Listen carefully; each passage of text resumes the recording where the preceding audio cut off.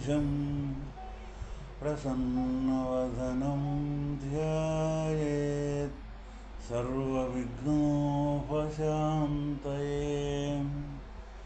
శ్రీ భగవద్గీత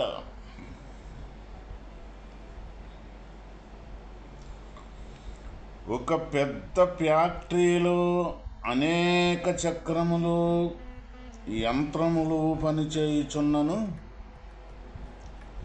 మూలస్థానము గల పెద్ద చక్రమునకు తగిలించి ఉండు బెల్ట్ తెగిపోయినచో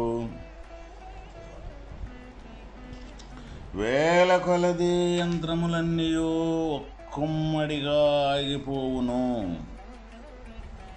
అట్లే ఈ జనన మరణాది రూప సంసార యంత్రాంగమంతయు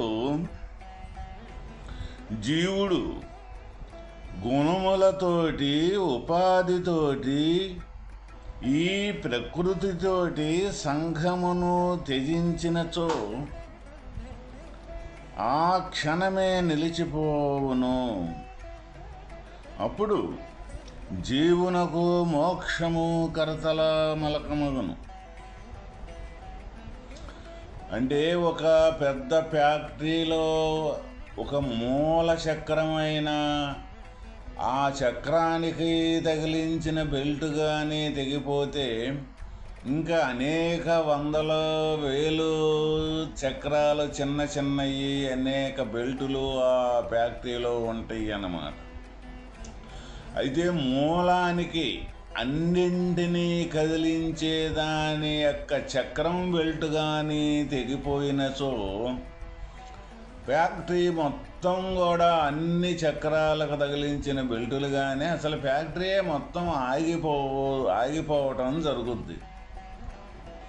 అదేవిధంగా ఈ జననం అనేది ఈ మరణం అనేది ఈ జననం మరణం మధ్యలో ఉండే అనేక రకాల ఈ గుణ సముదాయం అనే సంసార చక్రం ఏదైతే ఉన్నదో ఈ జీవుడు ఈ గుణములతోటి కానీ ఈ ఉపాధితోటి కానీ ఈ ప్రకృతితోటి సంఘమును త్యజించినచో ఈ గుణములతోటి ఉపాధితోటి వీటి సంఘం అంటే తగులము లేకుండా తనుగా ఎప్పుడూ కూడా దేహానికి విలక్షణంగా ఉండే యొక్క స్వరూపమే జీవస్వరూపము. అంటే సాక్షి మాత్రంగా చూసి దేహేంద్రియాదులతోటి జరిగే ప్రతి ఒక్క క్రియకి ఎప్పుడూ కూడా మిగిలి చూసే యొక్క స్వరూపమే జీవుడు. ఆ విధంగా దేహంతో తాదాప్యము, దేహేంద్రియాదులతోటి తాదాప్యము, ఇంకా గుణములతోటి అంటే సుఖదుఖాలనే ద్వంద్వాలతోటి తాదాప్యము, ఈ మూడు గుణాలు ఏవైతే ఉన్నాయో ఈ మూడు గుణాలతోటి తాదాప్యము, సత్వగుణము, రజోగుణము, తమోగుణము, ఈ మూడు అవస్థలు ఏవైతే ఉన్నాయో జాగ్రత్త, స్వప్న, సుషుప్తి అనే అవస్థలు ఏవైతే ఉన్నాయో వీటితోటి తాదాప్యము, ఇట్లా ఈ గుణ సముదాయముతోటి కూడుకున్న తాదాప్యత ఏదైతే ఉన్నదో అది లేకుండా వాస్తవకంగా దాటిని మొత్తాన్ని మిగిలి చూసే యొక్క స్వరూపమే ఇక్కడ సాక్షి అంటాం. అటువంటి సాక్షిమాత్రుడుగా ఉంటే జీవుడు ఇక వాస్తవమైన పరమాత్మతిని పొందేదానికి మోక్షానికి ఎలాంటి ఆటంకములు అనేది జీవునికి కలగవు.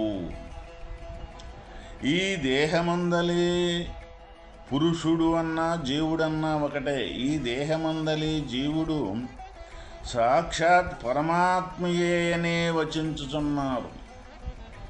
ఉపద్రష్టాను మంత చ భర్త భోక్త మహేశ్వర పరమాత్మేతి చాప్యుక్తో దేహేస్మిన్ పురుష పరః. ఆత్మ ఈ శరీరమందున్నప్పటికీ శరీరము కంటే వేరైన వాడును, సాక్షిభూతుడును, అనుమతించువాడును, భరించువాడును, ప్రతి ఒక్కటి అనుభవించువాడును, పరమేశ్వరుడును, గొప్ప ప్రభువు, నియామకుడును, పరమాత్మయు అని చెప్పబడుచున్నాడు. యజ్ఞమునందు ఉపద్రష్ట అనువాడు సాక్షిమాత్రుడుగా నుండును. అట్లే ఆత్మ శరీరమందున్నను శరీరము కంటే వేరుగా పరమగానున్నవాడై దేహేంద్రియాదులకు సాక్షిగా వెలిచున్నాడు. కావున జీవుడు తాను వాస్తవముగా పరమాత్మ స్వరూపుడే అనియు దేహేంద్రియాదులు కాదనియు లెస్సగా భావన చేయవలెను. ఆత్మ శరీరమందున్నను శరీరము కంటే వేరుగా పరమగానున్నవాడై దేహేంద్రియాదులకు సాక్షిగా వెలుగుచున్నాడు. జీవుడు తాను వాస్తవముగా పరమాత్మ స్వరూపుడే అని దేహేంద్రియాదులు కాదని లెస్సగా భావన చేయవలెను. ఇప్పుడు భగవంతుడు ఆత్మస్వరూపము ఎక్కడ ఉన్నాడు, ఏ దేశములోనో లేకపోతే ఎక్కడో కానరాని ఏ లోకాలలోనూ ఉన్నాడు అని మన ఈ జనావళికి అపోహలు మనకి ఎన్నో రకాలుగా ఇక్కడ ఈ భూ ప్రపంచం మీద ఈ జీవన విధానంలో ఆలోచనలు మనకి కనపడుతూ ఉంటాయి అన్నమాట. వాస్తవకంగా భగవానుడు ఇక్కడ భగవద్గీతలో చెప్పిన విధముగా ఈ శరీరము కంటే భగవానుడు జీవస్వరూపముగా ఉండి శరీరానికంటే కూడా వెలపలగా శరీరములోన శరీరం కంటే భిన్నంగా కూడా ఇక్కడే ఉండి ఈ పరమాత్మ యొక్క రూపకమే జీవరూపకంగా ఉండి ఈ శరీరానికి దేనికి అంటకుండా సాక్ష్యమాత్రుడుగా ఉండి ఈ శరీరాన్ని కూడా మొత్తాన్ని దేహేంద్రియాదులతోటి సర్వ కార్యకలాపాలు నడుపుతూ ఉన్నాడు అని మనకి ఇక్కడ తెలియజేయటం జరిగిందనమాట. అయితే ఇది భగవానుడు చెప్పింది చాలా సులువుగా ఉంది, చాలా తేలికగా అర్థమైంది. కానీ మనకి ఇక్కడ పరమాత్మ జీవస్వరూపములో ఈ దేహములో ఏ విధంగా ఉన్నాడు అనే దానికి మట్టుకి తప్పనిసరిగా అది ప్రశ్నార్థకంగానే ఉంటుంది. ఎందుకు అంటే జీవుడనే యొక్క స్వరూపము ఒక వస్తువు కాదు.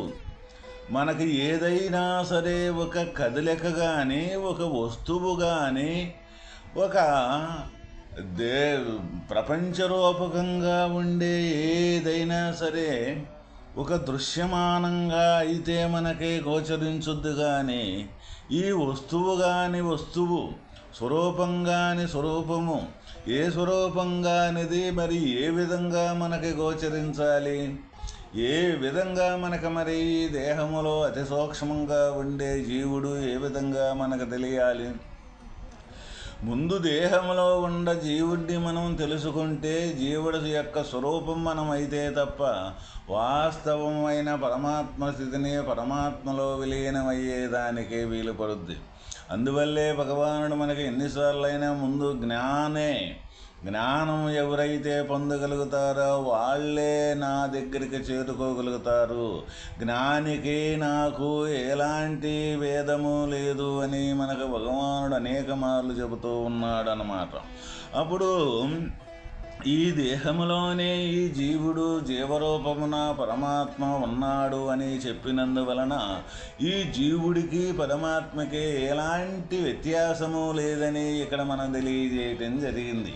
మరి జీవుడికి పరమాత్మకి వ్యత్యాసం లేదంటే మనకి ఒకే ఒక స్వరూపం తప్ప రెండోది లేదని దైవస్వరూపం మనకు చెప్పేటప్పుడు మరి అనేక రూపకాలుగా మనం ఈ ప్రపంచం మొత్తం మన మనకు గోచరం అవుతూ ఉన్నది కదా. మరి అనేక రూపాల్లో కూడా ఈ దేహం ఉన్నప్పుడు మనం మెదులుతూనే కదులుతూనే ఈ జీవనోపాధి మనం చేస్తూనే ఉంటాం కదా. మరి అనేక రూపకాలుగా ఉండేది ఏకరూపకంగా పరమాత్మ రూపకంగా ఏతీరుగా ఈ జీవుడు మారటం జరుగుతూ ఉంటుంది. ఈ జీవుడు అనేది పరమాత్మ యొక్క స్థితేను అని ఏతీరుగా మనకు అర్థమవటం జరుగుతూ ఉన్నది. అసలు వాస్తవమైన ప్రశ్న అంటే ఇది. మరి అనేకత్వంతో కూడుకున్న మన ఈ జీవుడు ఈ ఉపాధితో కూడుకొని అనేకత్వంతో కూడుకొని ప్రయాణం చేసేటప్పుడు ఈ అనేకత్వం అనేది వాస్తవం కాదు, ఈ దేహము వాస్తవం కాదు, దేహేంద్రియాదులు వాస్తవం కాదు అని మనకు చెప్పేటప్పుడు మరి అనేకత్వంతో కూడుకున్నది అసలు వేరుగా ఉన్నదా, అసలు ఉన్నదా లేదా?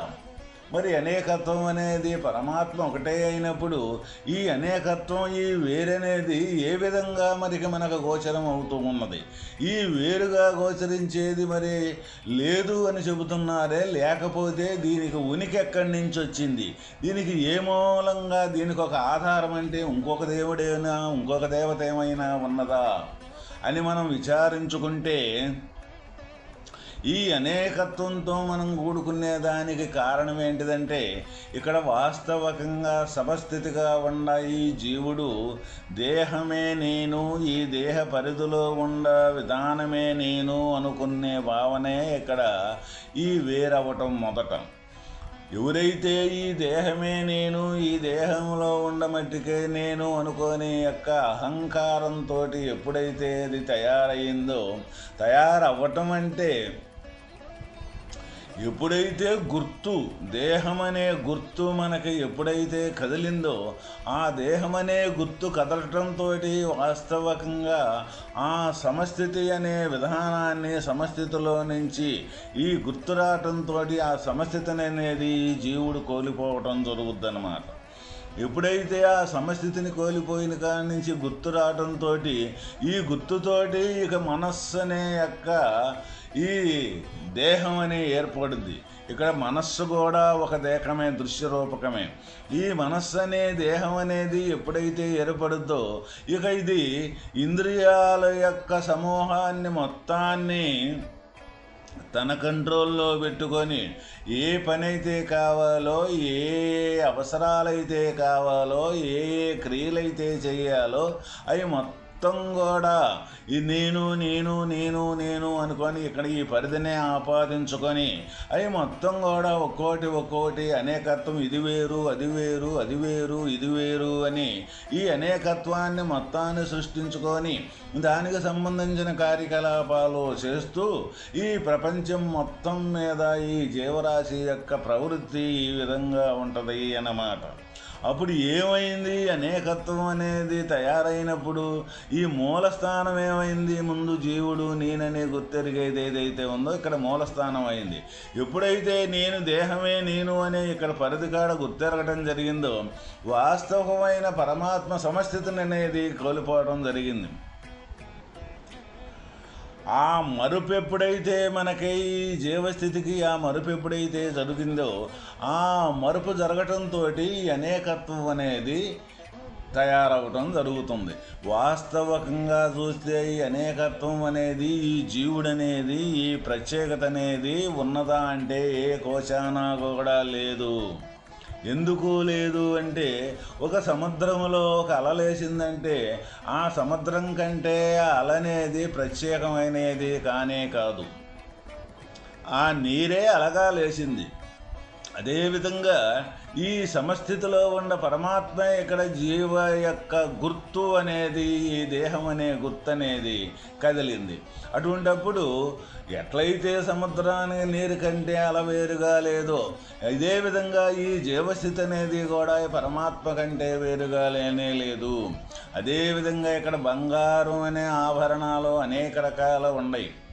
అయితే వీటన్నింటికీ మూల కారణం ఏంటంటే బంగారమైన వస్తువే. ఈ వస్తువులో నుంచి ఒక ఉంగరం చేసుకుంటే ఆ బంగారం యొక్క మూలమే కదా ఉంగరం కూడా. ఉంగరం అనే ప్రత్యేకత ఎప్పుడైతే మనం చూస్తూ ఉన్నామో ఈ బంగారం అనే ఉనికి అనేది కోల్పోవడం జరుగుతుంది. అందువల్ల ఇది బంగారమే అనే బంగారంగా ఎవరైతే మనం చూడగలుగుతామో అప్పుడు బంగారం వేరు కాదు, ఉంగరం వేరు కాదు. అట్లానే ఈ ప్రపంచానికి సంబంధించిన భిన్నత్వం, అనేకత్వం కూడా మొత్తం కూడా పరమాత్మ యొక్క స్థితే తప్ప వేరే కానే కాదు. ఇక్కడ భిన్నం అనేది ఎక్కడ తయారైంది అంటే మనం చూసే చూపు, నేననే అహం అనేది ఎప్పుడైతే మనలో తయారవుతుందో అప్పుడే ఇది వేరుగా కనపడటం జరుగుతుందన్నమాట. ఎవరైతే భక్తితోటి సమూహంగా ఈ పరమాత్మ స్థితిని ముందు కనీసం బాగుగా విచారణ చేసి భక్తితోటి నిరంతరం ఆ భగవస్థితిని తనే జ్ఞానస్వరూపంగా ఎప్పుడైతే ఈ దేహం కాదు నేను జ్ఞానాన్ని అని జ్ఞాన రూపకంగా ఎప్పుడైతే మారుతాడో ఈ భక్తుడు, అప్పుడు వాస్తవమైన నేననే ప్రత్యేకత లేదు కదా అని తనకు తానుకే విచారణతోటి ఆ భక్తితోటి సంపూర్ణంగా లేనిది లేనట్టుగా తనను తొలగించగలిగినే ఆ తొలగించుకునే శక్తి సమర్థత ఎప్పుడైతే సంపాదించుకుంటాడో అప్పుడు ఇక ఉన్నదాన్ని గురించి చెప్పేవాడు ఇంకెవడూ లేనే లేడు. ఆ చెప్పేవాడు లేకుండా ఉన్న స్థితే ఇక్కడ పరమాత్మ స్థితి. ఆ పరమాత్మ స్థితి ఇక్కడ కనీసం గుర్తుగా ఎప్పుడైతే ఎరగటం జరుగుతుందో ఆ గుర్తెరిగే యొక్క రూపకాన్నే జీవుడు అని ఇక్కడ మనకు పెద్దల పేరు పెట్టారన్నమాట. వాస్తవకంగా జీవుడంటే కూడా లేదు అనే ఇక్కడ పరమాత్మ తప్ప జీవస్థితి కూడా లేదని. ఎప్పుడైతే జీవుడి యొక్క ఉనికి కోల్పోద్దో ఉండేది పరమాత్మే తప్ప రెండో వస్తువు ఈ ప్రపంచం మీద ఎక్కడ రెండవది లేనే లేదు.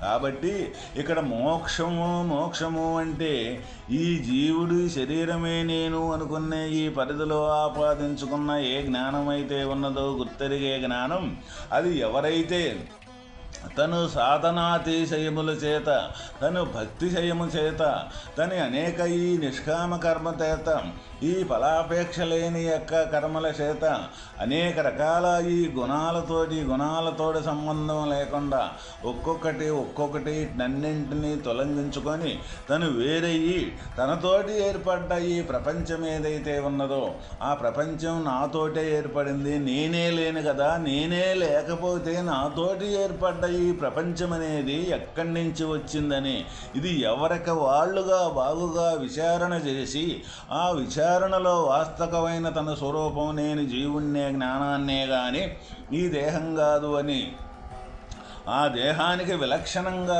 ఉండి సర్వకార్యకలాపాలు జ్ఞానంగా ఉండి జ్ఞానమాత్రంగా చేసేటప్పుడు ఏ కర్మ కూడా ఏ విధంగా తనకు సంబంధం లేకుండా ఉంటుందో అప్పుడే ఇక్కడ భగవానుడు చెప్పినట్టు శరీరంతో సంబంధం శరీరంలోనే ఉండి ఈ శరీరానికి సంబంధం లేకుండా ఉన్నాను నేను అని ఏ విధంగా అయితే చెబుతూ ఉన్నారో అటువంటి అనుభవము అటువంటి రూపకంగా మారిపోవటమే ఇక్కడ వాస్తవమైన దైవ విద్య, జ్ఞాన విద్య, ఆత్మ విద్య, భగవంతుని యొక్క మార్గము.